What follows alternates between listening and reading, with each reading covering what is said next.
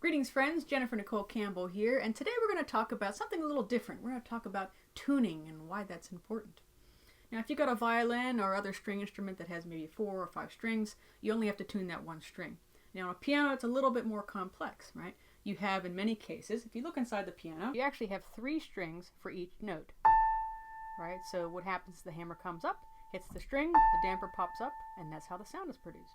Now most of them have 3 strings, but lower down on the piano, you'll see that some of them have 2 strings, okay?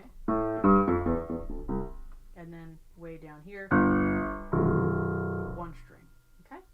So if even one out of those 3 strings is slightly off, you get something like this, okay? And you can hear that the vibrations are going faster, whereas something like this note, the vibrations are kind of long, like that.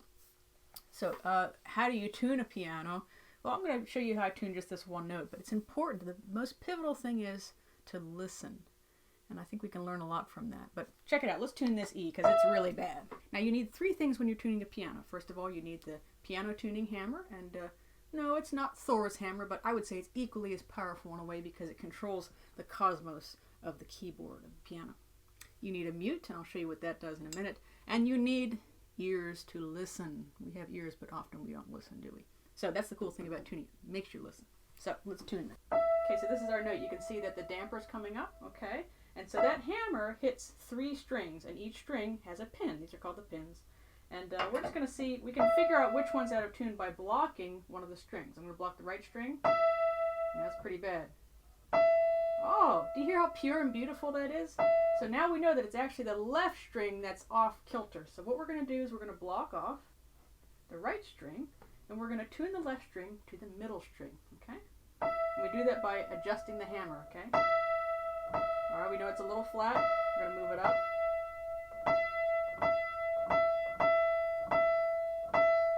Now that sounds much better, very pure. Now we didn't tune the whole piano, but I wanted to show you what it was like to tune one note. Now what does that have to do with how we experience daily life? I kind of like to think of it this way. We are such reactive people, especially in the society we live in today, where we hear something we don't like, we see something we don't like, someone, especially someone we know, says something we don't like. What's wrong with you? You know, and then it's this spark, it's this reaction. Very much like if you hear a note that's out of tune, we react. Oh, that doesn't sound good. Now, what's the opportunity there is that you get your tuning hammer out, right? You get your mute out, and you take the lid off the piano, or the rack off the piano, and you get to work. And instead of reacting, you have that little moment of freedom, that little moment of space where you can transform, right? And you make that note better. And now it's beautiful, it's pure tone, and it took listening though. It took listening and realizing that you can change something. So that's, I think, what tuning can teach us. It teaches us transformation. So maybe the next time you're talking with someone and they're saying something, you think, what?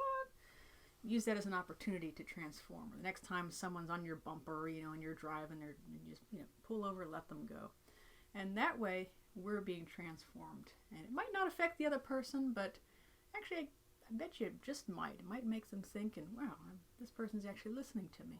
And you know what? In the process, you might learn something too. So I hope you found this video meaningful. Make sure you like, share, subscribe, and we'll see you next time.